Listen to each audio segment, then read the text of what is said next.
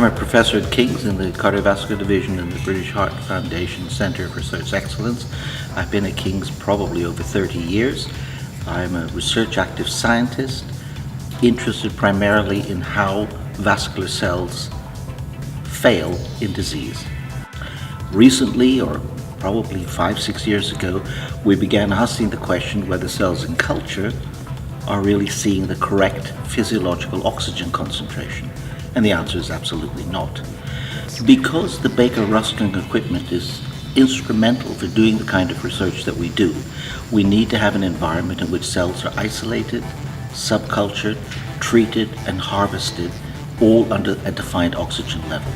The in vivo product allows us to take endothelial cells and smooth muscle cells and cardiac myocytes from an environment that is non-physiological, hyperoxic, into an environment that is physiological, to manipulate the cells in a closed environment, regulated by defined oxygen levels, and then to begin to probe these cells with stimulators, with fluid shear stress, with mechanotransduction, and to identify signaling pathways inside the cells at defined intracellular oxygen levels. I think it's the enthusiasm and interest in science from colleagues in Baker-Ruskinn that have led me to stay with them. I think that Baker have listened, and I think that Baker-Ruskinn have clearly taken on board suggestions, at least from our group, to facilitate the type of research we undertake. And this is the focus of the future for us. And we can put our 3D technology inside these environmental control chambers to then enable us to enhance cellular differentiation processes. And we're particularly interested in the formation of human skin models. Maintain stability and consistency of the environment over time. So have a long tradition of working with scientists and have excellent interactions with research leaders in the field. In terms of controlling oxygen and carbon dioxide temperature within an environmental chamber, Baker-Ruskinn certainly are leaders in the field.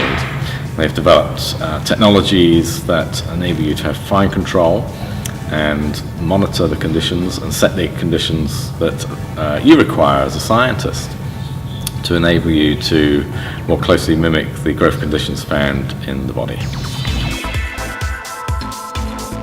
Hi, my name is Tom Keeley. I'm a PhD student in the lab with Professor Giovanni Mann at King's College London. So I use it almost every day, routinely. What we think is fantastic about it is the fact that because it's a closed system and it's easily accessible, you can perform everything you can do on the bench inside the chamber, and that allows our research to really progress.